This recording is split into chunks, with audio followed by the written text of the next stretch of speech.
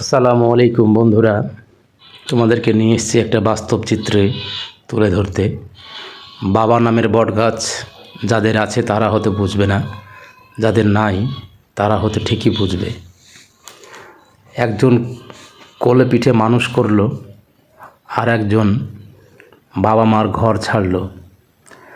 দুইজনেরই একই বাড়িতে হলো ঠিকানা, কেউ কাকে সহ্য করতে পারে না।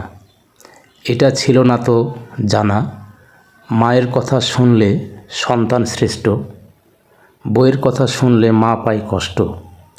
উচিত কথা বললে সংসারে বাজে 12টা, পুরুষ কি তাহলে অদৃশ্য দড়িতে বাঁধা গরুটা?